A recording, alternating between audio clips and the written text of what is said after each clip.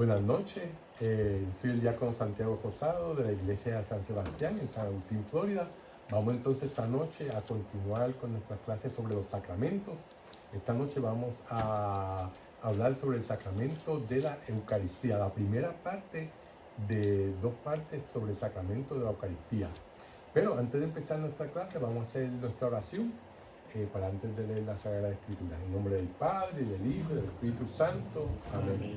Señor Jesús, abre mis ojos y mis oídos a tu palabra, que lea y escuche yo tu voz y medite tus enseñanzas. Despierta mi alma y mi inteligencia para que tu palabra penetre en mi corazón y pueda yo saborearla y comprenderla. Dame una gran fe en ti para que tus palabras sean para mí otras tantas luces que me guíen hacia ti por los caminos de la justicia y de la verdad.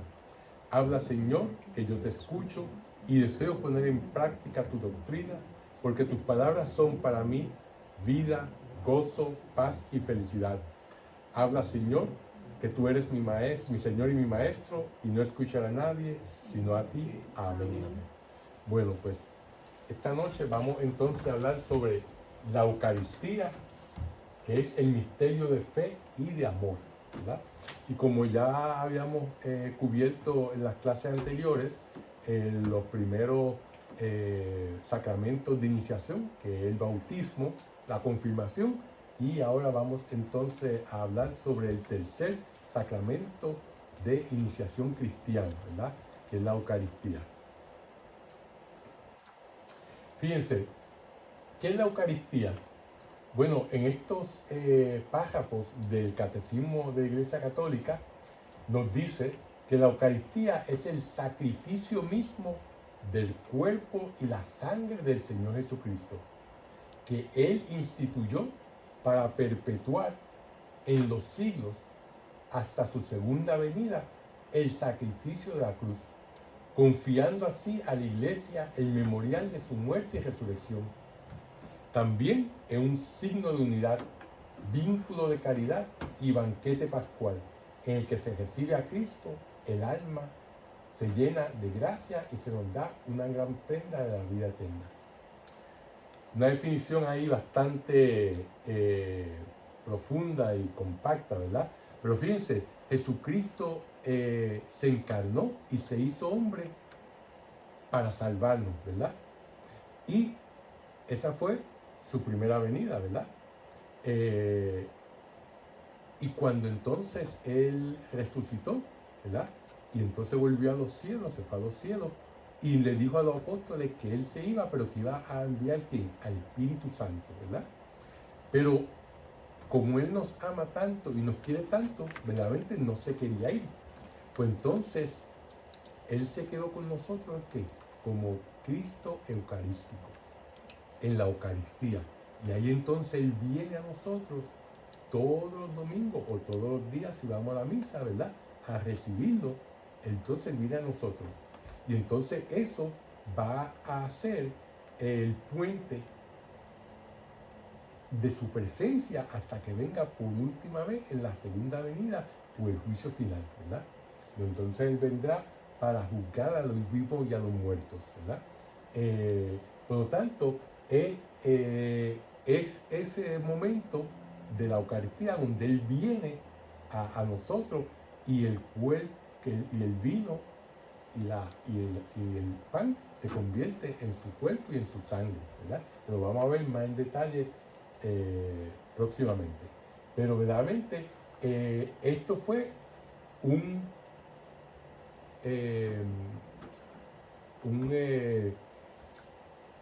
uno de los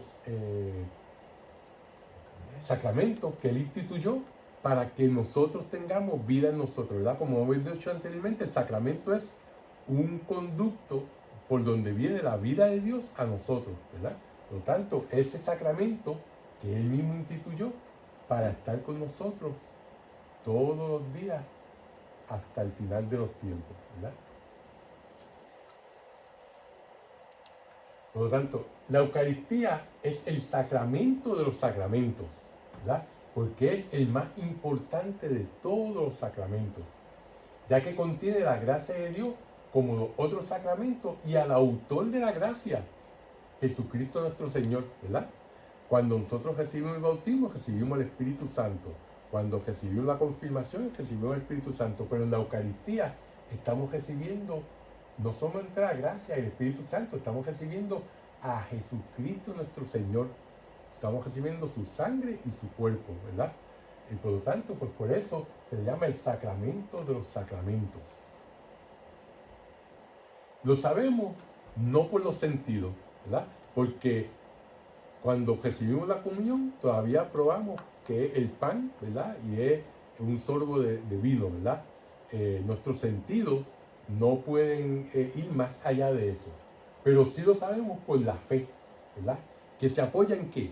En el testimonio de Dios, ¿verdad? Cuando Él nos dijo, esto es mi cuerpo que se entrega por vosotros, haced esto en memoria mía, ¿verdad? Todavía nos dice que la Eucaristía en Lumen Gentium, que uno de los documentos del Vaticano II, dice que la Eucaristía es fuente y cumbre de toda vida cristiana. Participando del sacrificio eucarístico, los fieles ofrecen a Dios la víctima divina y se ofrecen a sí mismos juntamente con ella, ¿verdad? Fíjense, cuando uno está recibiendo el cuerpo y la sangre de Cristo, no solamente en este pasaje de Lucas nos dice eso, pero todavía cuando uno va al Evangelio de Juan, capítulo 6, donde verdaderamente es el discurso de pan de vida que da Jesucristo, ¿verdad? Que Él dice que el que no coma mi carne y no beba mi sangre no tendrá vida en nosotros. Y en el griego no nos dice, la palabra que usa no es comer, es roer. Es como cuando un animal come así la carne, ¿verdad? Dice, eso es lo que Él lo hizo bien gráfico, ¿verdad? Y fue por eso que muchos de los discípulos dijeron que nosotros no podemos con esta enseñanza, eso no es para nosotros. Y se fueron, porque para ellos Él estaba hablando de canibalismo, ¿verdad? ¿Y Jesucristo qué hizo? Él no lo llamó y le dijo, óigame, miren, ustedes me malentendieron. Yo lo que estaba dando simbólicamente, ¿verdad? Vengan para atrás, no. Él lo hizo así, entonces se volvió a los 12, que eran los más cercanos, y le dijeron a ellos, ¿y ustedes? También se quieren, como quien dice, ahí está la puerta, si no aceptan esta enseñanza mía, no están conmigo, así que se pueden ir. Y entonces Pedro, que siempre llevaba la voz cantante, viene y saltó y dijo, Señor, ¿pero a dónde vamos a ir si solamente tú tienes palabra de vida eterna? ¿Verdad? O sea que en Juan capítulo 6 nos deja bien claramente que Jesucristo está hablando literalmente, no de una manera simbólica, cuando dice que este es mi cuerpo y este es mi sangre, ¿verdad? Y eso no deja lugar a duda de que verdaderamente en ese momento donde el sacerdote pone sus manos sobre el vino y el pan, pues el Espíritu Santo hace el milagro de la transubstanciación, ¿verdad? Donde el pan se convierte en el cuerpo de Cristo y la sangre se convierte en la sangre, el vino se convierte en la sangre de Cristo, ¿verdad? Y eso es algo que la iglesia nos enseña y que la iglesia no se echa para atrás en esa enseñanza, no empece a que muchas personas no lo entiendan. Y ese es el punto de división más básico e importante que tenemos con nuestros hermanos separados, ¿verdad? Vamos a ver las ideas principales sobre la Eucaristía. Fíjense, la Eucaristía, como habíamos dicho, es fuente y cumbre de la vida de la iglesia. ¿Y la iglesia quiénes somos? Nosotros, ¿verdad? El cuerpo de Cristo, ¿verdad? Por tanto, la Eucaristía es el corazón de la iglesia. Como dice Lumen Gentium, fuente y cumbre de toda vida cristiana.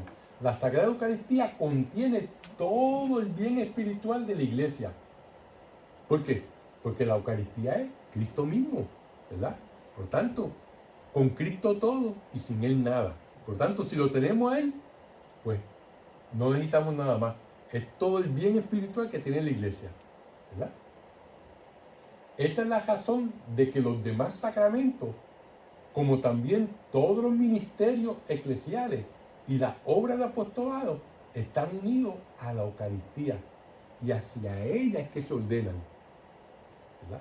¿Por qué nosotros alimentamos al hambriento? ¿Por qué nosotros visitamos a los presos en la cárcel? ¿Por qué nosotros hacemos círculos de oración, ¿verdad?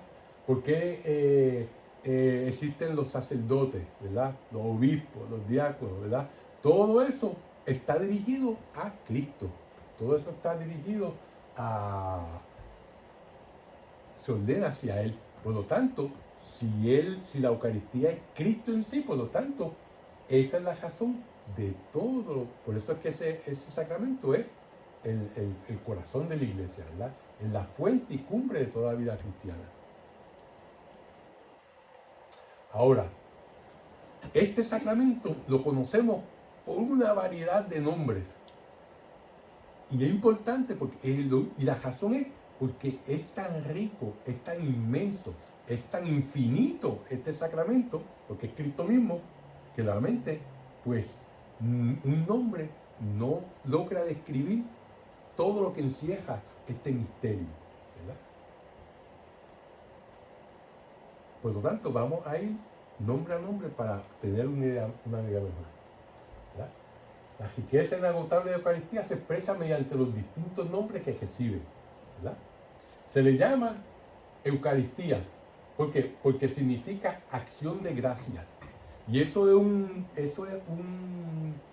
tema, un tópico que viene del Antiguo Testamento. Los judíos hacían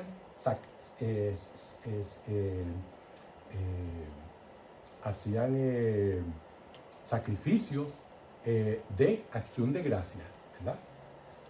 A Dios. Por lo tanto, este sacramento se llama Eucaristía, porque cuando venimos le estamos dando gracias a Dios por todas las cosas que nos ha proveído, la vida misma, nuestra familia, nuestro trabajo, nuestra inteligencia, todo viene de Dios.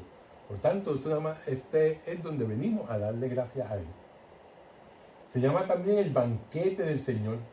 ¿Por qué? Porque Cristo lo instituyó el Jueves Santo, en la última cena, en el banquete. Ahí fue cuando Él, si vemos los evangelios sinópticos, que son Mateo, Marco y Lucas, ¿verdad? Tenemos ahí la última cena, ¿verdad?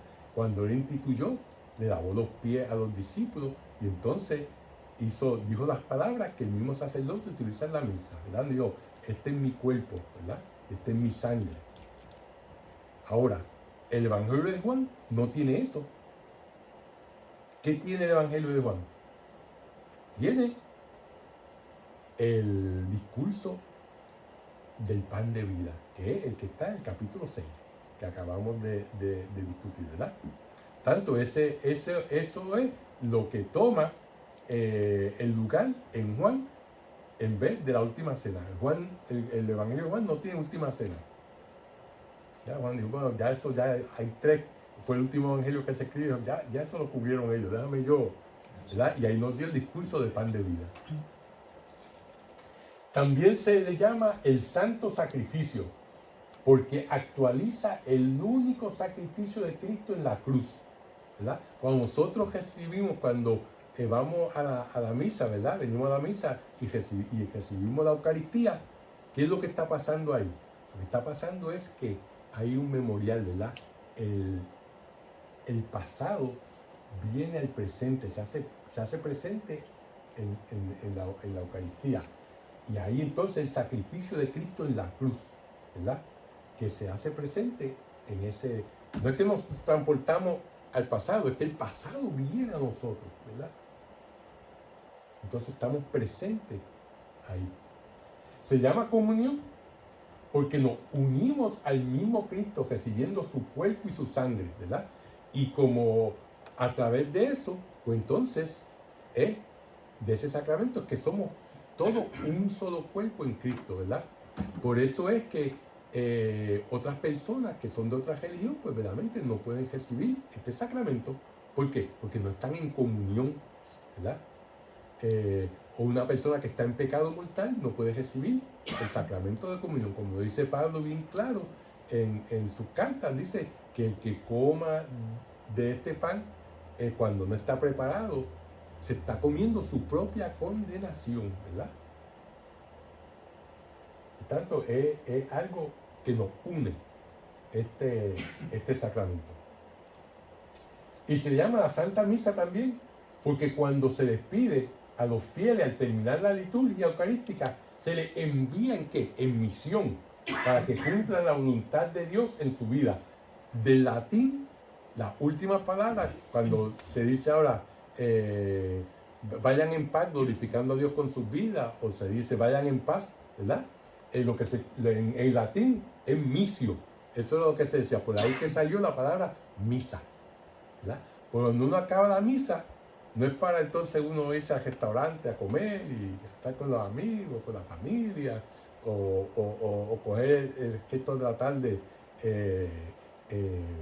tranquilo viendo su partido de fútbol. No, cuando uno sale de la misa, uno va en misión, se le envía. Lo que uno recibió tiene que ir a darlo. La paz que uno ha recibido, el amor de Dios que uno ha recibido, tiene que ir a darlo, ¿verdad? Había una iglesia que un padre puso a la salida, dice, ahora vayan en misión, ahora es la misión, esto es campo de misión, ¿verdad? Cuando salen ahí de la puerta de la iglesia hacia afuera, ¿verdad? Y eso es lo que, por eso que se llama la misa, ¿verdad? Porque nos da la misión, Dios nos da algo, pero no para que nos quedemos dentro de nosotros, sino para que lo compartamos. Eso es la Santa Misa.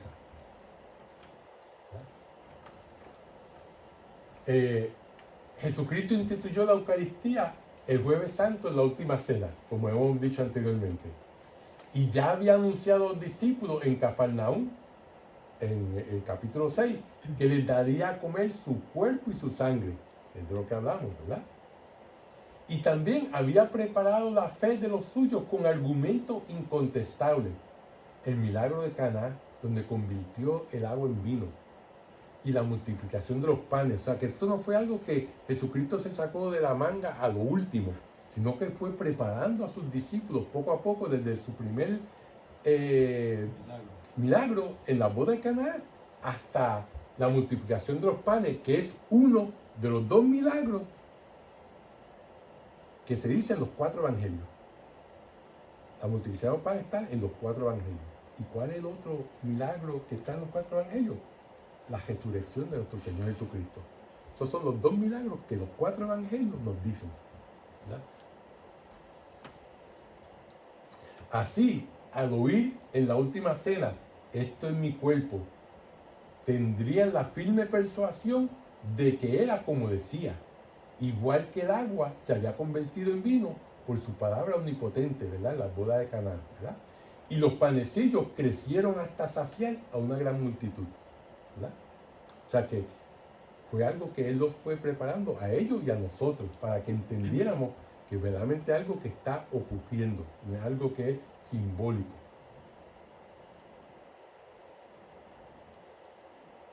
Los apóstoles recibieron un encargo del Señor: haced esto en memoria mía, ¿verdad?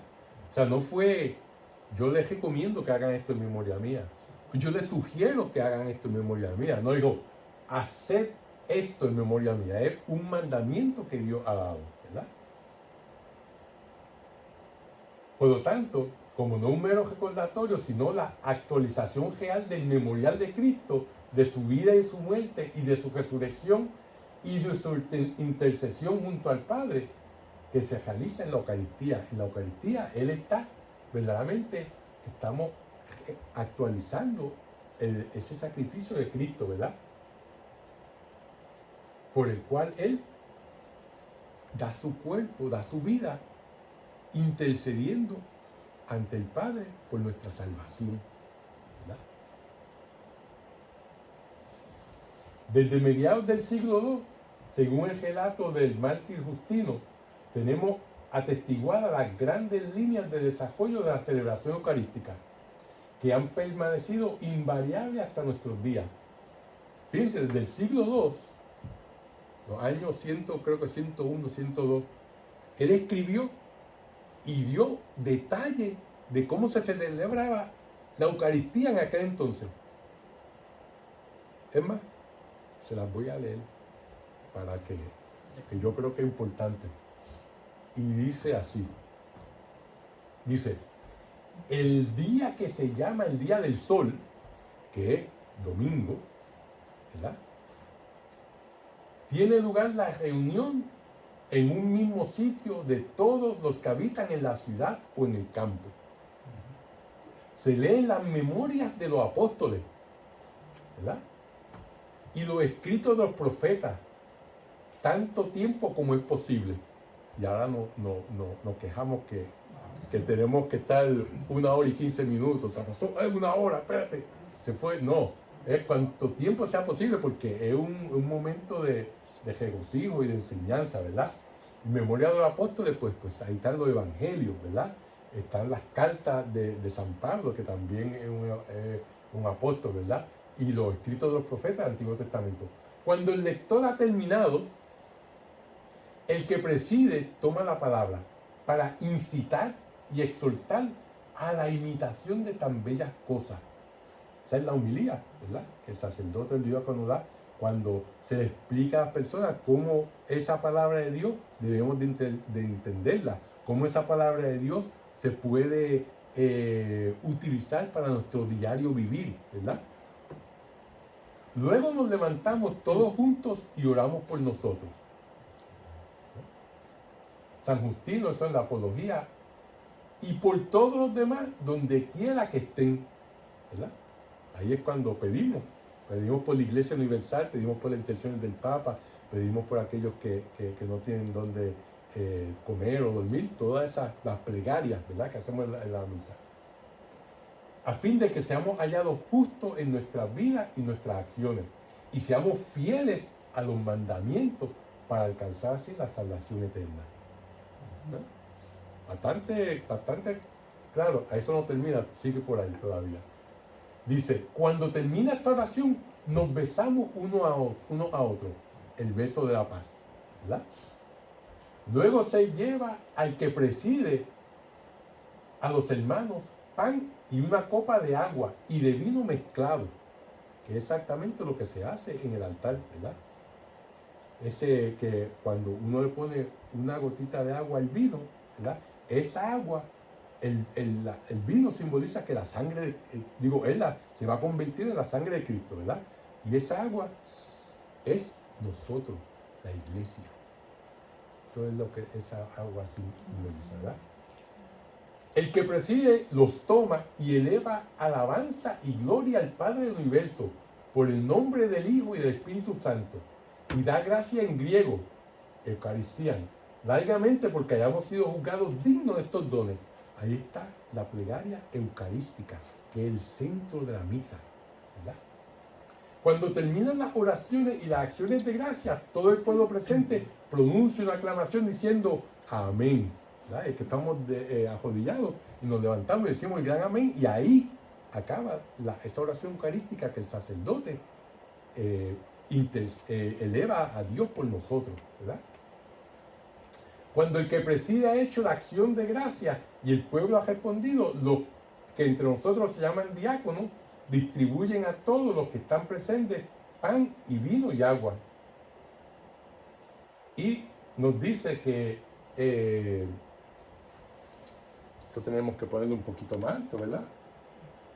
Los eucaristizados y los llevan a los ausentes. O sea que entonces eso es cuando los diáconos, los ministros de Eucaristía llevan el cuerpo de Cristo a aquellos que están enfermos en las casas porque no pueden venir a la celebración. Fíjense que resumen bien claro de cómo era la celebración cristiana solamente 70 años después que Cristo murió. 70, 80 años después que Cristo murió. Y así mismo la iglesia lo ha mantenido hasta hoy en día, ¿verdad?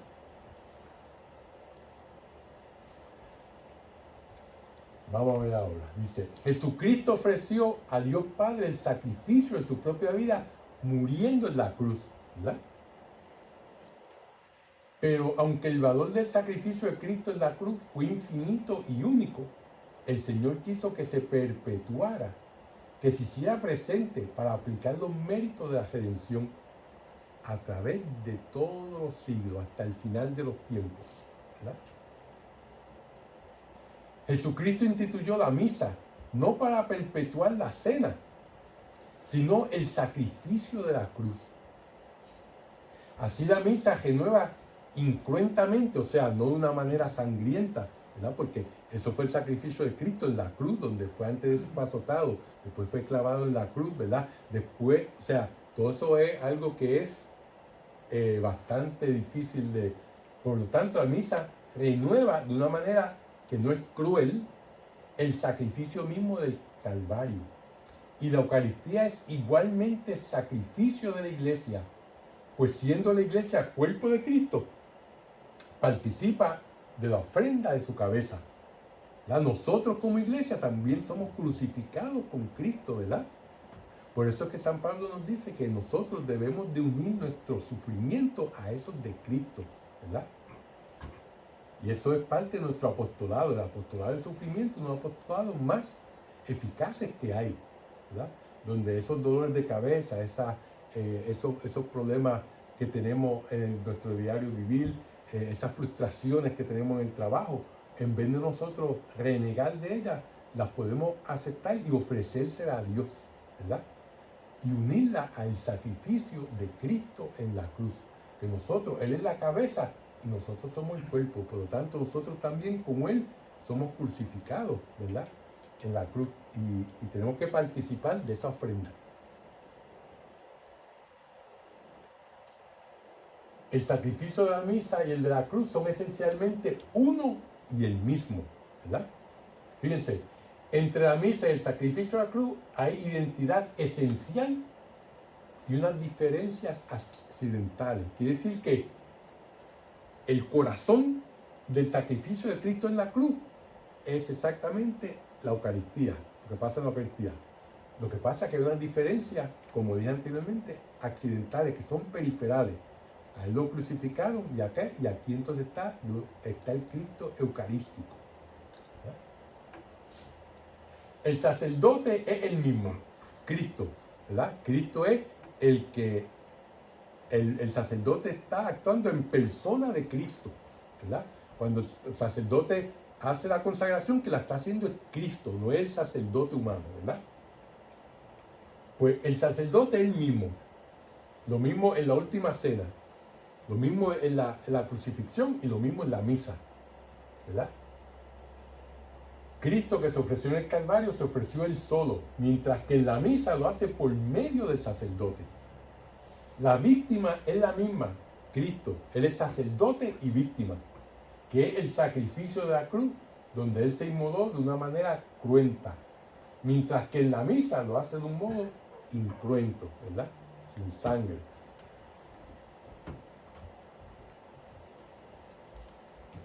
Por medio de la consagración se da la transustanciación, ¿verdad? Que el sacerdote convierte realmente, no simbólicamente, el pan y el vino ofrecido en el altar en el cuerpo y la sangre de Cristo. Es un milagro que el Espíritu Santo es el que cuando el Padre impone sus manos, es lo que se llama epiclesis, ¿verdad? Que vamos a hablar de eso la semana que viene en más detalle, ¿verdad? Y ahí entonces, en ese momento, el Espíritu Santo baja y entonces convierte el pan y el vino en el cuerpo y la sangre de Jesucristo. En la cruz, Cristo nos rescató del pecado y ganó para nosotros los méritos de la salvación. En la misa se nos aplican los méritos que Jesucristo ganó entonces. O sea, todo eso que Él sufrió por nosotros, en la misa nosotros recibimos todos esos méritos, toda esa gracia, toda esa santificación que Él ganó para nosotros. Porque antes de su crucifixión, los cielos y el paraíso estaban cerrados. Y Él vino y abrió las puertas del paraíso para nosotros. Abrió la familia de Dios a nosotros. Nos hizo otra vez que fuéramos hijos, seamos hijos e hijas de Dios, ¿verdad? A través de ese sacrificio en la cruz.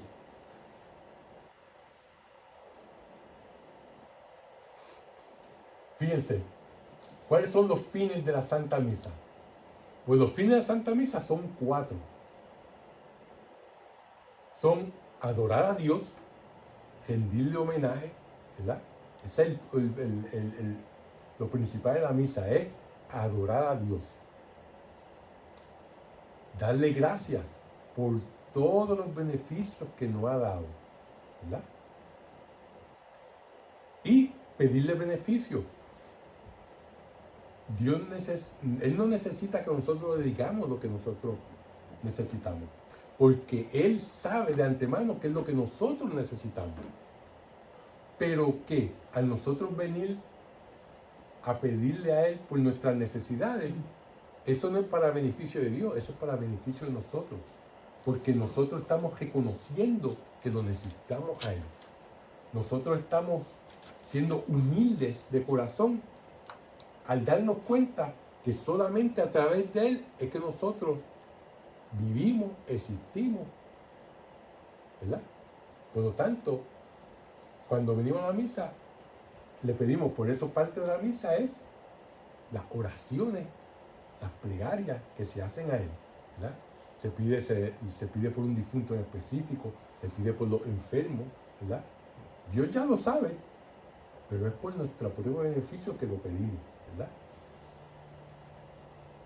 Y satisfacer por nuestros pecados, que es de las primeras cosas que se hace en la Biblia, en la misa. O sea, se dice la oración de yo me confieso.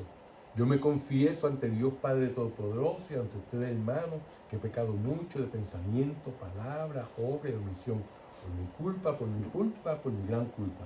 Por eso juego a Santa María siempre Virgen, a todos los ángeles, a ustedes, hermanos, que intercedan por mí ante Dios nuestro Señor. O sea, que empezamos la misa pidiendo perdón. Por eso es que la misa nos perdona todos los pecados veniales. No los mortales. Los mortales solamente son perdonados en la confesión. De eso vamos a hablar en otras clases, ¿verdad? Pero los pecados veniales se nos perdonan en la misa, ¿verdad? Porque solamente Cristo puede estar en un alma que es pura, que es limpia. Si no tenemos pecado mortal, pero sí tenemos pecados veniales, pues eso, cuando hacemos ese acto de contrición, estamos pidiendo perdón por eso, ¿verdad? Por lo tanto, esas son las 4 fines de la Santa Misa: adorar a Dios, darle gracias, pedirle beneficio y satisfacción por nuestros pecados. Podemos unir todo nuestro día a la Santa Misa y vivir a lo largo de él con esos mismos sentimientos que tuvo Cristo en la cruz, ¿verdad? Eso lo digo, nosotros tenemos que unir nuestro sufrimiento, unir nuestra alegría, ¿verdad? A Cristo, ¿verdad? Ahora, para uno recibir la comunión hay ciertos requerimientos, ¿verdad? Como todo en la vida, ¿verdad? Para uno poder llegar a ejercer cierta profesión, tiene que ir a la escuela y cumplir ciertos requerimientos, adquirir ciertos conocimientos. Para nosotros sacar una licencia de conducir, tenemos que ir y coger la licencia y demostrarle al instructor que estamos capacitados para guiar un auto sin matar a otra persona o matarse uno mismo, ¿verdad? Todo en esta vida necesita requerimientos y la Eucaristía no es diferente, ¿verdad? Tenemos que saber a quién vamos a recibir, ¿verdad? No es que vamos a recibir un pedazo de pan, no es que vamos a recibir algo que simboliza el cuerpo de Cristo, no es que vamos a recibir algo que, pues, como todo el mundo lo recibe, pues me siento bien porque mira, todos vamos para allá juntitos. No, estamos recibiendo a Cristo presente en la Eucaristía, estamos recibiendo su cuerpo y su sangre. Tenemos que tener conciencia de eso, ¿verdad? Y muchas veces vamos a recibirlo de una manera que no estamos vestidos adecuadamente. Uno puede recibirlo de cualquier manera, pero si uno solamente tiene unos pantalones cortos y lo único que uno tiene en la vida, pues voy en pantalones cortos. Pero si tengo unos pantalones largos, pues mire, no voy a recibirlo en pantalones cortos porque voy a recibir a Cristo. De la misma manera que si uno va a ver al presidente de la nación, ¿qué la gente hace? Se pone las mejores ropas, Se ponen un saco, las señoras se ponen un traje largo, se maquillan, las señoras, los hombres se recortan, se afeitan, ¿verdad? ¿Por qué? Porque van a hablar con el presidente. Pues el presidente es nadie en comparación con Jesucristo. Por lo tanto, si venimos a recibir a Jesucristo, vengamos de la mejor manera que podamos.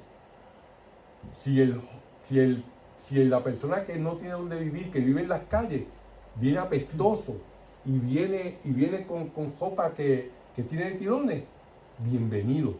Se recibe con el alma y Cristo lo recibe con el alma y uno no puede decirle nada porque eso es lo mejor que él tiene. Pero si uno tiene algo mejor que eso, pues debe venir con algo mejor que eso, ¿verdad? Tenemos que encontrarnos en estado de gracia.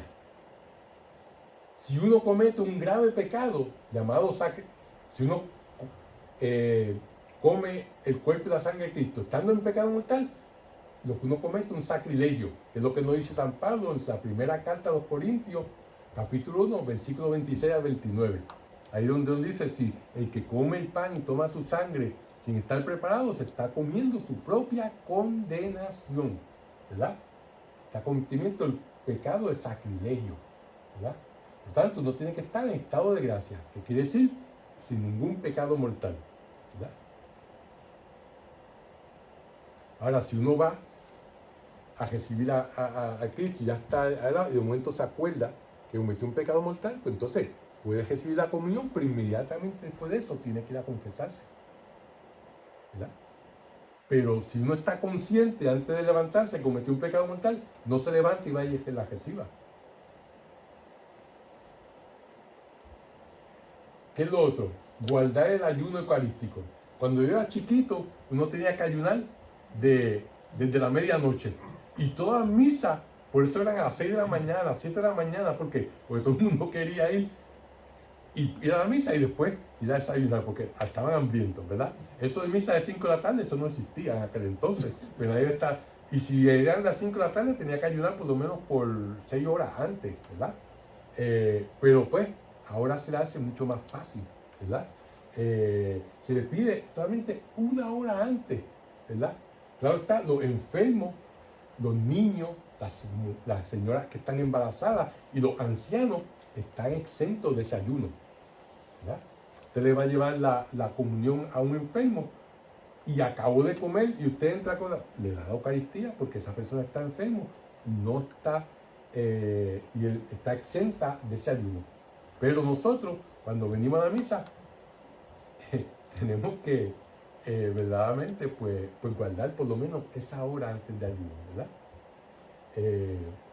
Así que esas son las cosas que tenemos que estar preparados. Fíjense, han habido muchos milagros eucarísticos. Verdaderamente nosotros no necesitamos de los milagros eucarísticos para creer en el que lo recibimos del cuerpo y la sangre de Cristo. Pero sí, ocurren esos milagros que pues como que le dejan ver a uno que verdaderamente eso es lo que está pasando ahí. Y hay decenas de milagros eucarísticos a través de la historia. Los milagros eucarísticos son intervenciones prodigiosas de Dios que tienen la finalidad de confirmar la fe en la presencia real del cuerpo y la sangre del Señor en la Eucaristía. Solamente confirman. Uno necesita los milagros para creer, ¿verdad? Porque la fe es cuando uno cree sin ver. Si uno tiene que ver, pues entonces ya no son fe. En los milagros eucarísticos aparecen la carne y la sangre, o una o la otra, según sea el caso, ¿verdad? Nuestra fe no está fundada sobre los milagros eucarísticos.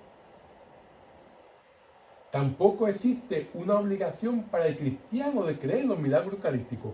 Yo no tengo que creer en los milagros eucarísticos. Sí tengo que creer que después de la consagración, el pan se convierte en el cuerpo de Cristo y el vino en la sangre de Cristo. Eso sí lo tengo que creer, porque es un dogma de fe, ¿verdad? Es algo que Cristo lo dijo bien claramente en la Sagrada Escritura, ¿verdad? Pero yo no tengo que creer en los milagros eucarísticos. Pero verdaderamente, si uno se pone a analizar, muchos de esos milagros eucarísticos verdaderamente han ocurrido. Sin embargo, como principio, el creyente no debe excluir que Dios puede intervenir de un modo extraordinario, ¿verdad?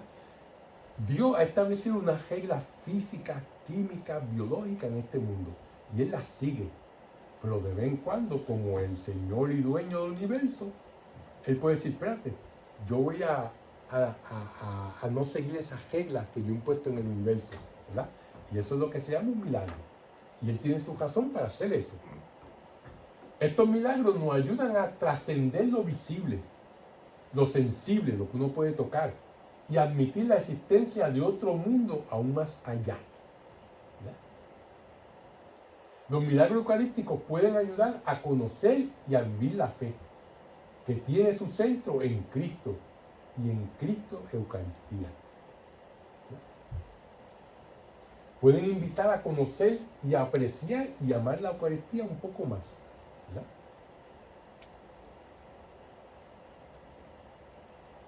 Fíjese, le voy a hablar solamente de este milagro porque uno de los más famosos y uno de los que se ha documentado más es el milagro eucarístico de Lanciano. Lanciano es un pequeño pueblo en Italia y eso pasó en el año 750 después de Cristo, ¿verdad? Un monje sacerdote dudaba de la presencia real del cuerpo del Señor y de la hostia consagrada. O sea que él iba y hacía la misa, hacía la consagración, pero en su corazón, realmente él no creía que eso era lo que estaba ocurriendo. ¿Ya? Entonces, mientras celebraba la misa y decía las palabras de consagración, vio que la hostia se convertía en carne y el vino en sangre. Y todo se fue mostrando a los presentes. Imagínense, cuando vio eso y empezó la sangre en el altar, eso le tuvo que dar un ataque al corazón, casi, ¿verdad? Porque él lo estaba creyendo y Dios le estaba demostrando a él, mira, lo que tú no crees, lo que tú haces todos los domingos, es lo que está ocurriendo, ¿verdad? En 1970, el arzobispo de Anciano autorizó a efectuar unas investigaciones bajo la responsabilidad del doctor Eduardo Linoli, director del hospital de Arezzo y profesor de anatomía, histología, que es el estudio de los tejidos, química y microscopía clínica, ¿verdad? Y así cuando uno va, yo tuve la oportunidad de ir, así mismo es como se ve, uno puede pasar, está expuesto, entonces uno va por detrás y uno puede ver la hostia, ¿verdad? Convertida en carne. Estos son coágulos de sangre, ¿verdad? De la sangre, del vino que se convirtió en sangre. El 4 de marzo de 1971, el profesor Linoli presentó las siguientes conclusiones después de todo el estudio exhaustivo que hizo. La carne milagrosa es verdaderamente carne constituida de tejido muscular estriado del miocardio. O sea, hay dos tipos de tejidos, ¿verdad? Hay tres tipos de tejidos musculares. Está el tejido estriado voluntario, que es, yo digo, voy a levantar el brazo, ¿verdad? Y cuando sale la papa, eso es músculo estriado, yo lo controlo. Está el músculo liso, que es el que tenemos en los intestinos, en las venas, que uno no lo controla, pero el organismo lo controla. ¿Para qué? Para no hacer la digestión, el que hace que el estómago se mueva, los intestinos se muevan, ¿verdad? Las venas, las arterias se dilatan o se estrechan para controlar la presión. Todo eso es un músculo que es involuntario. Y entonces está el músculo estriado del miocardio, del corazón, que es completamente diferente a esos otros dos. ¿Verdad? Esos son los tres tipos de músculos que hay, ¿verdad? Pues él encontró que la carne es músculo del corazón. La sangre milagrosa es verdaderamente sangre. Y el estudio inmunológico manifiesta que la carne y la sangre son ciertamente humanos. Y la prueba inmunohematológica, o sea, de la prueba de la sangre para chequear eh, la inmunología, que son las células que nos protegen y las proteínas que nos protegen de infecciones, ¿verdad? Permite afirmar con toda certeza que tanto la carne como la sangre pertenecen al mismo grupo sanguíneo AB. Ese grupo sanguíneo AB es bien raro, excepto en los judíos. Son los que tienen más personas con grupo AB. Las proteínas que están contenidas en la sangre están normalmente distribuidas en idéntico porcentaje del esquema cero, de las proteínas del suero de la sangre, normal y fresca. O sea que aunque está coagulada, pero la proporción es la misma que se encuentra en la sangre líquida, ¿verdad? Y no hay rastros de infiltraciones de sales o sustancias conservantes utilizadas en la antigüedad para las momificaciones. O sea que nadie le ha echado líquido para conservarla en nada. Eso está ahí por sí solo, ¿verdad? Todo eso lo encontró en su estudio. Y en 1973 el Consejo de la Organización Mundial de la Salud verificó las conclusiones de Dinol. O sea que, pues no contento con eso, le envió al Consejo Superior de la Organización Mundial de la Salud otra segunda opinión, ¿verdad? Por lo tanto, eso no deja lugar a duda que verdaderamente ese milagro ocurrió, ¿verdad? Ahora, ¿cuáles son los propósitos de nuestra vida cristiana? Fíjense, hay que estimar la misa tanto que se procure asistir siempre que sea posible, con una participación consciente, activa y que dé fruto, ¿verdad? O sea que si la iglesia nos pide y que vayamos una vez a la semana, el domingo, que es de obligación, pero si uno tiene la oportunidad de asistir más de un día, ¿para qué va uno a desperdiciar eso? ¿Verdad? Y mientras más uno vaya a misa, más gracia se recibe, ¿verdad? Y más uno se acerca a Dios, ¿verdad? Y más uno se compenetra con Él, ¿verdad? Por lo tanto, no es ir y solamente estar allí de cuerpo presente, es ir y estar consciente, estar pendiente, no pensando en la novela ni en el partido de fútbol, ¿verdad? Y activa, en la cual uno contesta y participa activamente en la misa, ¿verdad? Y si uno hace eso, pues entonces va a ser una actividad que va a dar fruto para nosotros y para todos los que están alrededor de nosotros, para nuestra familia, para nuestros amigos, para nuestro trabajo. Todas esas bendiciones es como un río que va fertilizando todo alrededor, ¿verdad? Y nosotros vamos a ser el canal para esa gracia, ¿verdad? Y nosotros, el propósito también de unir los pequeños sacrificios de cada día con el sacrificio de Cristo, que se renueva en la Eucaristía, ¿verdad? Por eso es que la Eucaristía es la fuente y el centro, la cúspide, la cumbre de la vida cristiana.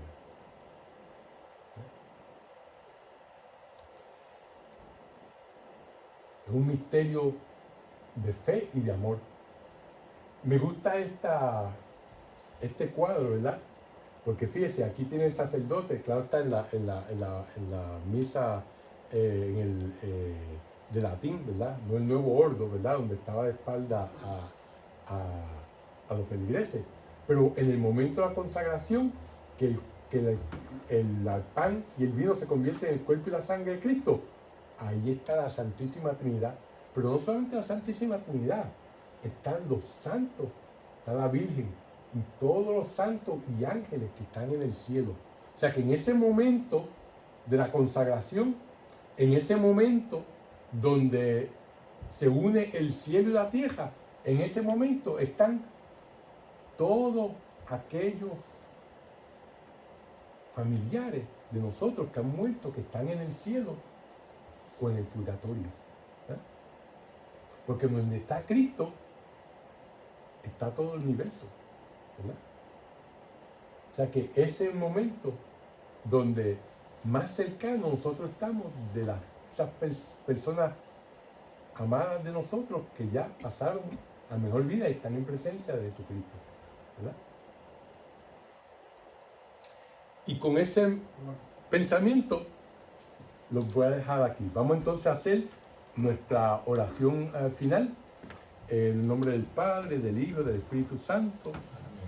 Dios te salve María, llena eres de gracia, el Señor es contigo, bendita tú eres entre todas las mujeres, y bendito es el fruto de tu vientre Jesús. Santa María, Madre de Dios, ruega por nosotros pecadores, ahora y en la hora de nuestra muerte. Amén.